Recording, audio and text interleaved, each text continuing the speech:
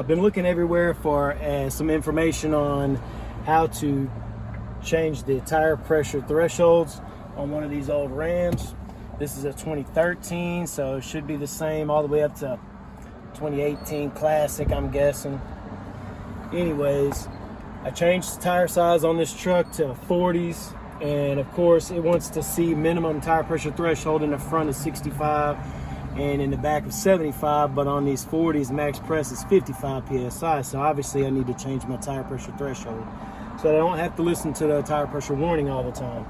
I've been looking for some information, I can't find it, so I'm just going to make a quick video for you guys now that I've finally figured it out. Pretty simple though.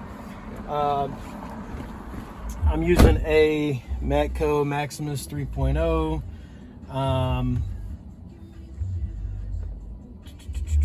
So basically what we're going to do is go ahead and hook up our scan tool dongle and go ahead and get hooked up to the device, to the vehicle. As you can see, I'm not getting a low tire pressure warning because I've already done the process, but I'm just going to show you guys how to do the process. Once you're hooked up to it, on this Maximus, this thing's pretty neat, but anyways, does a lot of different stuff. I've also been able to change the tire diameter so that my speedometer properly reflects my road speed. What we're going to do here is we're going to go to system selection, and then we're going to go to body control module. I'm trying to remember all these steps, it's kind of a lot.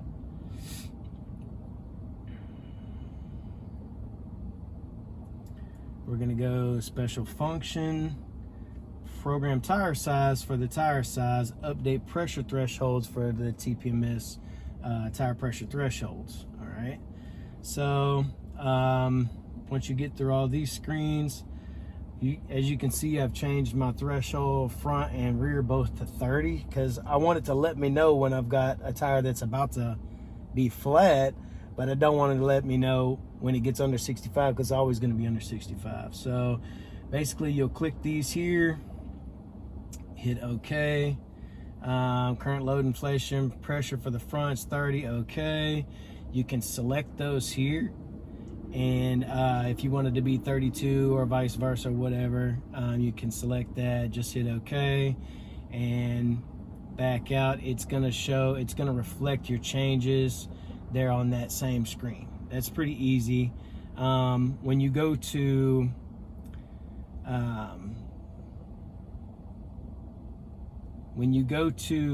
change your tire diameter,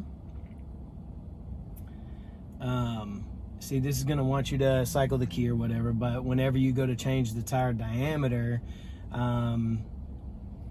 if your tire size is as big as mine, up to 40s or bigger, you're going to have to do the calculation in millimeters of the actual circumference of the tire, because it's not going to be in the drop down of different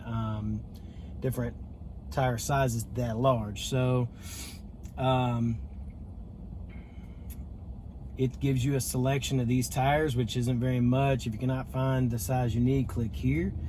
You input the tire circumference in millimeters, which mine was 3191 on a 40-inch tire. Once I got up to road speed, it was still off a little bit. My speedometer was saying I was going a few miles over depending on road speed.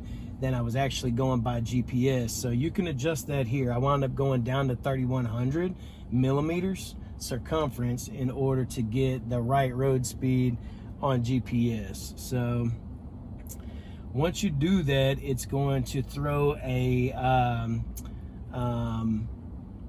brake light, a brake warning light for your analog brakes. And so basically you're going to go back a couple screens and go to the ABS analog braking system. After you've changed that tire diameter, you're going to go to special function again and then do the initialization.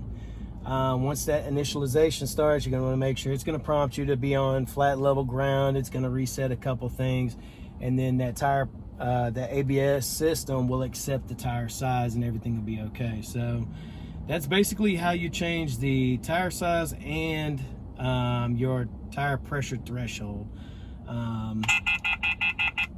Pretty simple, but you got to have a scanner that's capable of doing it.